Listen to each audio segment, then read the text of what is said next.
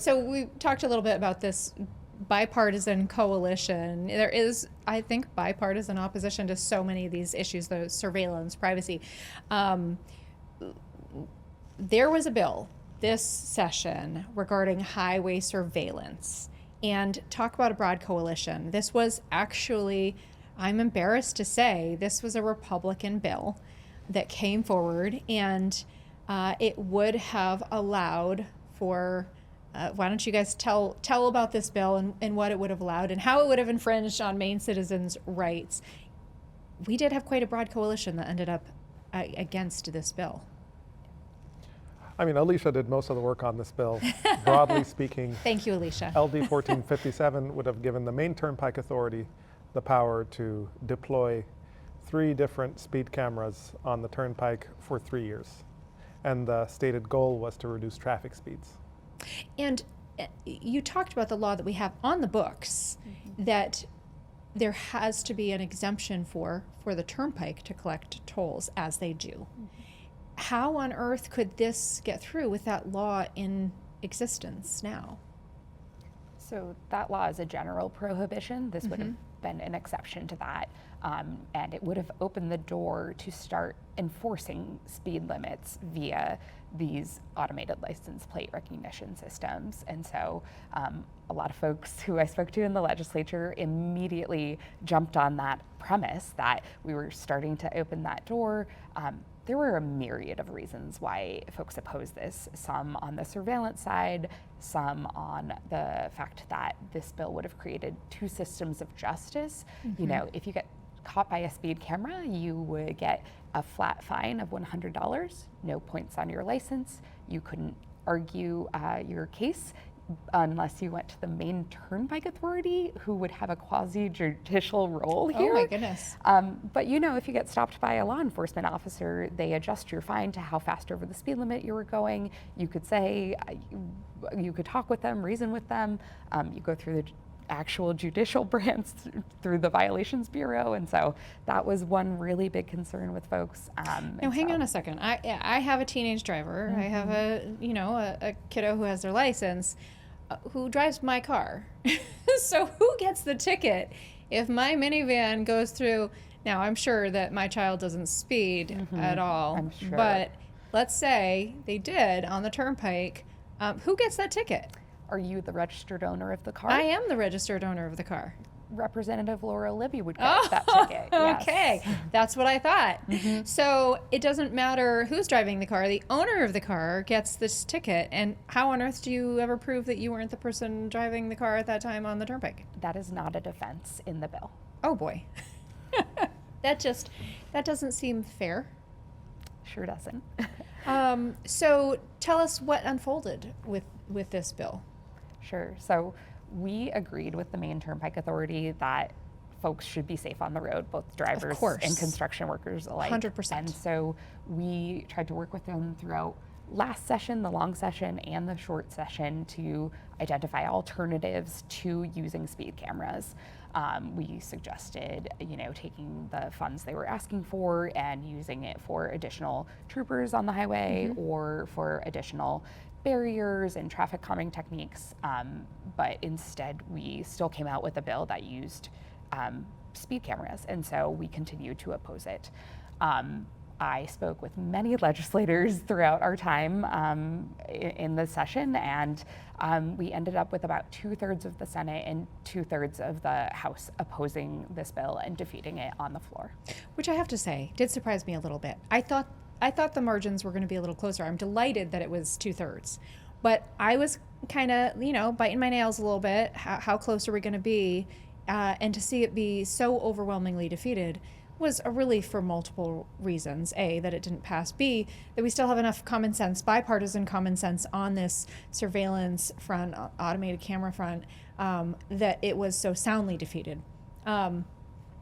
What does this look like moving forward? Is this going to be a perennial issue that, some entities push to get closer and closer until someday it passes? Where do you see this going from this point? The Maine Turnpike Authority Executive Director has said that they intend to reintroduce the bill and that this won't be the last time they try to create an exception in The same bill. essentially the same bill, the same idea. Use Okay. cameras to reduce speeds. As it stands, if they were to do it, if any government agency violated that statute, put up speed cameras or traffic cameras in violation of that statute, it's actually a crime. It's a Class E crime to violate the regulation that restricts the government from using this power. What do you think is the most dangerous aspect of a bill like this? Well, the normalization of using technology and using cameras to engage in policing. In China, the government and the private sector, the tech industry, essentially work in lockstep to control the population. Cameras are ubiquitous, and the government uses them to punish dissent, to track dissidents, to secure compliance from its population.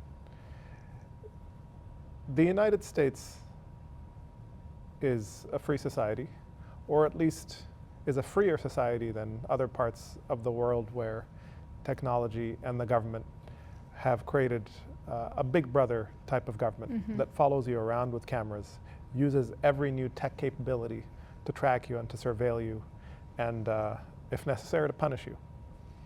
I see one of the biggest dangers of this power expanding as us getting used to Big Brother, us embracing technology and surveillance in government hands.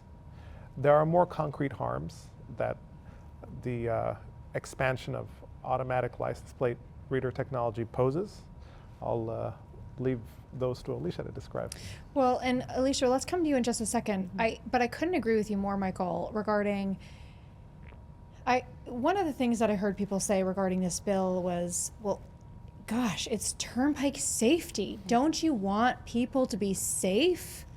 And when you use a justification to excuse a breach of the Constitution, you don't really have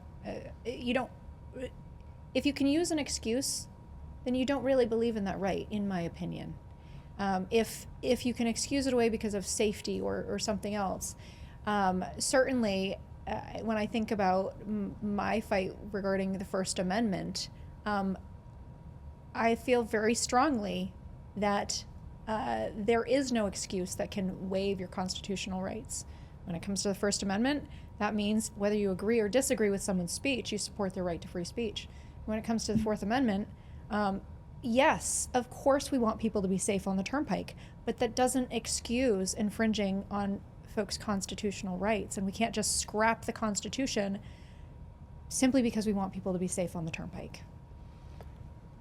Representative Libby, Ben Franklin said that those willing to sacrifice a little freedom for a little safety deserve neither freedom nor safety. And whenever the government whittles down, erodes, and diminishes our constitutional rights, there's always a justification rooted in safety. Of course. The government says, I will make you safe. Give me your constitutional rights. Give up your constitutional rights. Ronald Reagan is said to have said, the 9 most dangerous words in the English language are, I'm from the government and I'm here to help. I would add that the 9 most dangerous words from the government are, I'm from the government and I'll make you safer. And that's often how our constitutional rights are gambled away. In the aftermath of the tragedy, of the horror of 9/11, the government gave the executive branch tremendous powers, new powers that it didn't have. Powers to surveil people, powers to track people. The ACLU fought against and continues to fight against those new expansions. But a population that's afraid, a population that feels that its safety is threatened, is often a population ready to give up its rights. And the government will constantly use the justification of more safety to bring about fewer rights.